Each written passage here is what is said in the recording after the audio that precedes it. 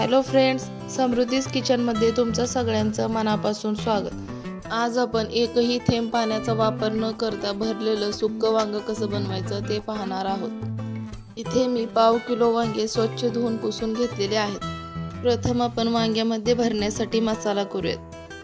त्यासाठी इथे मी 4 मोठे चमचे शेंगदाण्याचं कूट, चवीनुसार मीठ, 1 चमचा धने पावडर, 1.5 चमचा लाल मिरची पावडर, पाव चमचा हळद, अर्धा चमचा गरम मसाला पावडर, 2 चमचे तेल आणि बारीक चिरून घेतलेली कोथिंबीर टाकूयात। मसाला हाताने छान मिक्स करून घेऊयात आणि कट करून घेतलेल्या वांग्यामध्ये भरूयात। वांग्यामध्ये हा मसाला भरत असताना दाबून भरायचा आहे, जेणेकरून तेला सोडल्यावर तो मसाला निसटणार नाही।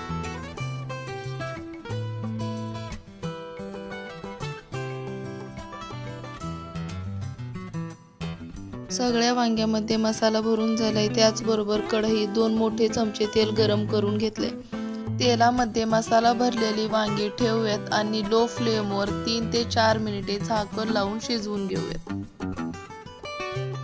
3 मिनिटे झालेली आहेत। झाकण काढूयात आणि वांग्याची बाजू पलटवून घेऊयात। सर्व वांगे पलटवून झालेत। आता पुन्हा झाकण लावून 3 ते 4 मिनिटांसाठी वांग दुसऱ्या बाजूने शिजवून घेऊयात। अशाच पद्धतीने दर 3 ते 4 मिनिटाला वांग्याची बाजू पलटवून वांग पूर्ण शिजवून घेऊयात। ही प्रोसेस आपण 3 ते 4 वेळा केला की वांगे परफेक्ट शिजतात। कढईवरचे झाकण काढून चेक करूयात वांग शिजलं आहे की नाही। इथं मी चाकूने चेक करते, तुम्ही पाहू शकता वांग छान असं शिजलंय। आता यामध्ये आपण वांग्यामध्ये भरून शिल्लक राहिलेला मसाला ऍड करूयात आणि छान मिक्स करून घेऊयात। वरून टाकलेला मसाला वांग्यामध्ये छान मिक्स करून घेतलाय। आता झाकण लावून पुन्हा 2 मिनिटे वाफ देऊन घेऊयात।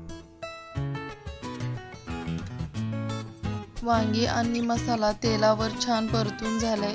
आता यावर आपण बारीक चिरून घेतलेली कोथिंबीर टाकूयात। खाण्यासाठी तयार आहे मस्त चमचमीत असं भरलेलं सुक्कं वांग। ही भाजी तुम्ही टिफिन मध्ये देखील देऊ शकता।